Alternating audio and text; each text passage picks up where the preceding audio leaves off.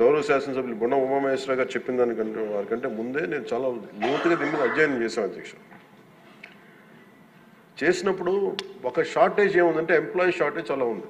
Employment చాలామంది ఒక employment ఇంత కావాలంటే దాంట్లో దాదాపు ఒక 2/3 లేదు అధ్యక్ష. వాళ్ళు ఉన్న డిమాండ్కి పెరుగుతున్న గ్రోత్కి దాని తగ్గ మానిటరింగ్ చేయడానికి లేరు ఒక మనుషులు. అలాగే దీంట్లో అవకతవకలు ఉన్నాయా అంటే గౌరవ శాసనసభ్యులు చెప్పినట్టుగా ఫస్ట్ పని చేయాల్సిన ఎవరు అధ్యక్ష? అర్బన్ బాడీస్ పనిచేయాలి, మున్సిపాలిటీస్ పనిచేయాలి. Everything you cannot completely directly correlate with pollution control board. అలాగే వారిది నేను ఒక ఆయన సరిదిద్దుకోవాలో లేదంటే నాకు తెలియదు, కానీ ఒక మాట అయితే చెప్పదలుచుకున్నాను. ఇది అందుబాటులో ఉండరు, ఇవన్నీ తప్పు. రాగానే మనకి చైర్మన్ గారికి కూడా చెప్పాను, first pollution control board open చేయమని. అదొక వాస్తవం ఏంటంటే పొల్యూషన్ కంట్రోల్ బోర్డు సామాన్య మనిషికి సంబంధం లేదు, ఓన్లీ ఇండస్ట్రియల్ కనెక్టెడ్ అనుకుంటాను. ఇది ఫస్ట్ టైం కృష్ణయ్య గారు వచ్చాక వారికి తెలియజేసిన హీ హ్యాస్ ఓపెన్ ఇట్. ఎవరైనా సరే ఎనీ ఆఫీస్కి వెళ్ళిపోయి మీరు పొల్యూషన్ కంట్రోల్ బోర్డు ఆఫీస్కి వెళ్తే మీకు అది ఓపెన్గా ఉంటుంది. దానికి నేను బాధ్యత తీసుకున్న తర్వాత మొట్టమొదటి చేసిన అధ్యక్ష. కాకపోతే దీని మీద అవగాహన కల్పించాలి, అసలు వెళ్తే కొంత సమాధానం. ఎందుకంటే first of all there is extensive employment shortage ఉంది, దానికి అదొక మేజర్ సమస్య. అలాగే వారు లేవనెత్తింది ఇంకొకటి రామ్కి సంస్థ మీద, వారికి షోకాస్ నోటీస్ ఇష్యూ చేయడం జరిగింది, యాక్షన్ తీసుకోవడం జరిగింది. అలాగే చాలా వ్యర్థాలు వదిలేస్తున్నారు ఇవన్నీ. అంటే ఒక ప్రాబ్లం ఏముందంటే ఏదన్నా సరే స్ట్రిక్ట్ యాక్షన్ తీసుకోవాలి అంటే ఎన్ని ఇండస్ట్రీస్ మూతపడిపోతే మనకు తెలియదు అధ్యక్ష. ఇప్పుడు మీకు ఇందాక నేను ఎందుకు ప్రస్తావించానంటే ఉదాహరణకి ఫ్లెక్సీస్.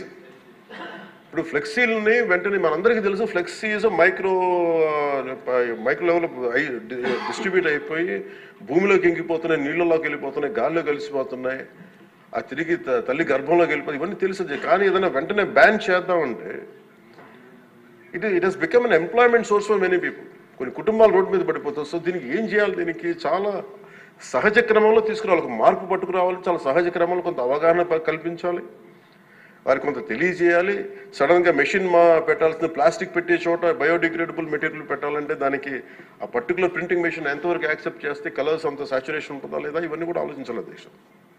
నా ఉద్దేశం ఏంటంటే ఒక ప్లాస్టిక్ చిన్నపాటి ఫ్లెక్సీకే మనం ఇంత ఆలోచిస్తున్నప్పుడు can you imagine the magnanimity to apply the real true pollution norms to every industry. ప్రపంచం మొత్తం మీద ఇది ఒక భారతదేశం లేదు, ప్రపంచం మొత్తం మీద I'm very deep committed environmentalist అధ్యక్ష. నేను రియల్ లైఫ్లో వాడటానికి ఆలోచిస్తాను. కానీ ప్రాక్టికల్గా మనం చూసేటప్పటికి ఇప్పుడు ఏ పరిశ్రమ అయినా సరే పొల్యూషన్ లేకుండా ఏ పరిశ్రమ లేదు, ఒకటి లేదు. కాకపోతే ఏమవుతుంది, అప్లై చేయాలి ఒక రూల్. అంటే ఇది గౌరవ ముఖ్యమంత్రి గారు కూడా మీకు రెగ్యులేటరీ బాడీగా ఉండాలి తప్ప మీరు ఎన్ఫోర్స్మెంట్ బాడీగా నిజంగా పొల్యూషన్ కంట్రోల్ బోర్డు ఉంటే అది ఏ రకమైన ఒక అస్తిత్వానికి దారి ఒక స్థిమితం లేకుండా ఎలా వెళ్ళిపోతుందో ఒక భయం ఉంది అందరికీ, ఇంక్లూడింగ్ గౌరవ ముఖ్యమంత్రి గారికి కూడా ఉంది. ఇది వారి దృష్టికి నేను ప్రత్యేకంగా తెలియజేశాను. సో అది ఒక నామ్లో అదొక పరిగణలోకి తీసుకున్నాం అధ్యక్ష. అలాగే వీఆర్ వెరీ కమిటెడ్ ఫర్ ఇది ఒక్క ఆంధ్రప్రదేశ్ రాష్ట్రానికే కాదు, ఎంటైర్ మన భారతదేశానికి సంబంధించి కానీ ప్రపంచానికి సంబంధించి మన అందరి బాధ్యత ఇది మనందరి బాధ్యత. అలాగే పారిశ్రామికవేత్తల బాధ్యత కూడా ఉంది. కొన్నిసార్లు నదుల్లో కాలుష్యాలు వదిలేస్తానంటారు, జరుగుతూ ఉన్నాయి కొన్ని చోట్ల. ఉదాహరణకి మనకి డెల్టా పేపర్ మిల్సే ఉంది, మనకి భీమవరం డెల్టా పేపర్ మిల్స్ మొత్తం అసలు కూర్చోబెట్టి ఒక బలమైన పంట కాలం నాశనం అయిపోయినాయి. అది మీ దృష్టిలో ఉంటుంది, మీకు తెలుసు. కానీ ఇప్పుడు తీసేద్దామంటే ఇప్పుడు దీన్ని ఎలా శిక్షిస్తారు దీన్ని చెప్పండి. దీనికి కొంత ఒక విస్తృత ఎందుకు నేను ఒక వేగ్గా అడగలేదు అధ్యక్ష. నేను ఎందుకు ఒక రోజు ప్రత్యేకించి దీని మీద మీరు చర్చ పెట్టాలని ఎందుకన్నానంటే ఇలాంటి గౌరవ సభ్యులు లేవనెత్తింది దాన్ని ఖచ్చితంగా పరిశీలించాల్సిన అంశం. కానీ మీరు intention should be Nobel and pure. మీరు ఇంటెన్షన్ డోంట్ టార్గెట్ ఓన్లీ ఈ అయోధ్య రామ్కి. ఏముందంటే ఒక పరిశ్రమ చేస్తే మళ్ళీ గత ప్రభుత్వంలో అయిపోతాం. ముఖ్యమంత్రి గారి ఇంటెన్షన్ కూడా అది కాదు.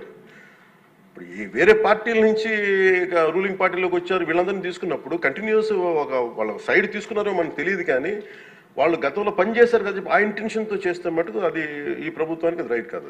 అది we're committed for it. At the same time we're here to make sure certain positive changes has to take place.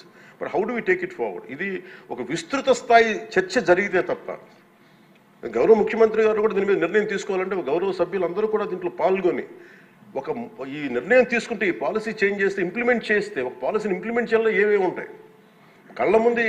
మనకి ఈ రోజుకి వివేకానంద గారి కేసులో మర్డర్ జరిగిందని తెలుసు, మనం ఇంకా చేయలేకపోతున్నాం దాన్ని.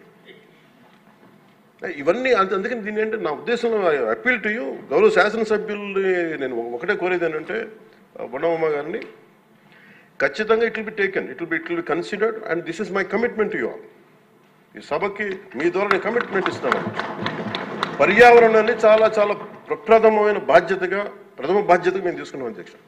కాకపోతే దీనికి ఏంటంటే ఫండింగ్ ఇవన్నీ ఉన్నాయి. మేము ఫండింగ్ దాటి కూడా చెప్తున్నాం అధ్యక్ష. ఇది ఒక మీరు ఎమోషనల్ కమిట్మెంట్ అనుకోండి, దీన్ని ఒక గుండె లోతుల నుంచి వచ్చిన ఒక స్ఫూర్తితో చెప్తున్నా ఏదన్నా అనుకోండి. ఈరోజు మనకి నిజంగా పర్యావరణాన్ని పరిరక్షించాలంటే అంత నిధులు కూడా లేవు మనకి.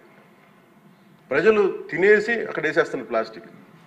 దీనికి చంద్రబాబు గారిని మేము వెళ్ళి కూర్చోబెట్టి రోజు తీయలేం అధ్యక్ష. దీనికి దెర్ ఆర్ ఎనఫ్ ఎంప్లాయ్మెంట్. దాని అంత చాలామంది ఎంప్లాయీస్ ఉన్నారు, ప్రజల్లో ఇది రావాలి. సో దానికి తగ్గట్టుగా ఏం చేయాలనేది ఈ సభ కొంచెం సీరియస్గా తీసుకొని దీని ఒక అవగాహన అందరికి కల్పించుకొని మనందరికీ ఒక బలమైన బాధ్యతగా తీసుకుంటే దాన్ని ఇది మనం ప్రజల్లోకి 5 కోట్ల మంది ప్రజల్లోకి తీసుకెళ్ళచ్చు అధ్యక్ష. అది మీ ద్వారా కోరుకుంటున్నాం. బట్ నేను మీకు మాట ఇస్తున్నాను అధ్యక్ష, మేము ఇప్పుడు ఈరోజు రామ్కి ఒక్కదాని గురించి చెప్పారు, మాకు 100 ఉన్నాయి అధ్యక్ష. ఇలాంటి నేను ఒక 25-50 చెప్పగలను as on today. But the purpose will be defeated. భయపెట్టడం పారిశ్రామికవేత్తల్ని, లేదంటే వాళ్ళని కూర్చోబెట్టి వాళ్ళని మన ఏమేమి జరుగుతుందో వాళ్ళకి తెలియజెప్పి వాళ్ళ ద్వారా చేయించడం. ఇప్పుడు ఇదే నాకు డెల్టా పేపర్ మిల్స్ మనకి మొన్న కూడా ఉన్నాయి.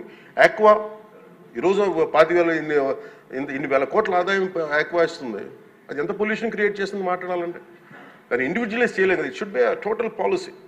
అందుకని దీన్ని దృష్టిలో పెట్టుకొని మీరు దీన్ని ఈ ఒక్క ప్రశ్నతో ఈ ఒక్క పోటుతో కాకుండా విస్తృత స్థాయిలో మీరు ఒక రోజు దీని మీద చర్చించి, pollution is the future of our life. Pollution జరిగితే మనం ఎంత డబ్బులున్నా ఎంతున్నా ఆనందంగా బతకలేని పరిస్థితులు, మాస్కులు పెట్టుకోవాల్సిన పరిస్థితులు వస్తాయి భవిష్యత్తులో. అలాగే ఉన్నాయి యాజ్ ఆన్ టుడే.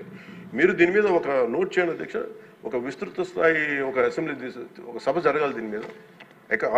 ఆ రోజు వచ్చేలోపు మేము ఏమేం చేసాం, ఈ రోజు గౌరవ శాసనసభ్యులు లేవనెత్తిన అంశాలన్నిటికీ నేనే ప్రత్యక్షంగా వెళ్ళి ప్రతిదీ నేను పరిశీలించి నేను దాని మీద సరైన మీకు ఒక నివేదిక అందజేస్తాను.